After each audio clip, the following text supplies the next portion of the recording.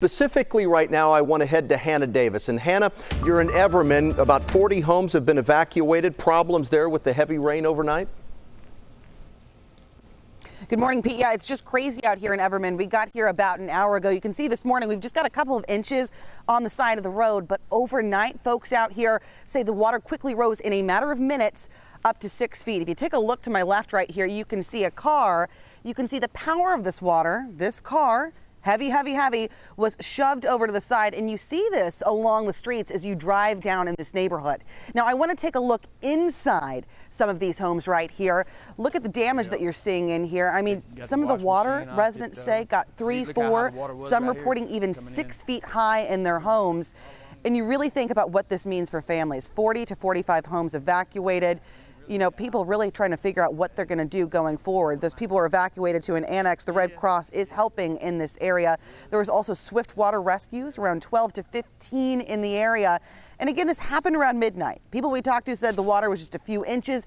In a matter of minutes, it went up to several feet. They said it was terrifying. Some people even going to their roof to try to escape. Listen to their stories. Simply incredible. Well, nothing we could do. Everything come up is about 3 or 4 foot deep in there. In about 2 minutes? Yeah, in about 2 minutes. Well, when I first got out of the bed, it was just to my feet.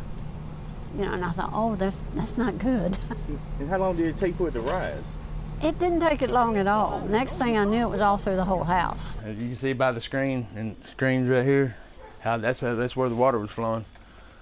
That's bad. I mean, it was flowing like a full-fledged river right through my home. God, you know, takes care of all of us, and this happens to the good and the bad, and we'll redo as best we can. The good and the bad. And as we were driving up there, guys, I was just thinking about these families that are now trying to contend with the cleanup they're going to have to face. This morning, there is an annex where they can go to about a mile away from here. We're told about 15 people are staying there right now. The Red Cross is helping.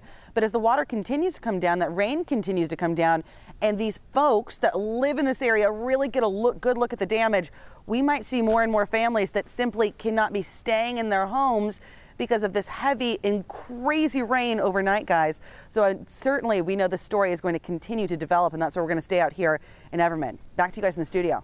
I tell you what, Hannah, I have a question for you. So Everman, of course, is just to the south of Fort Worth, just out on the outside of the 820 loop. I know there's several creeks in the area there. Did one of them rise? I mean, just exactly where did the water, I mean, I know it was all falling very heavily, but did a creek overflow, a stream overflow? Do you have any idea?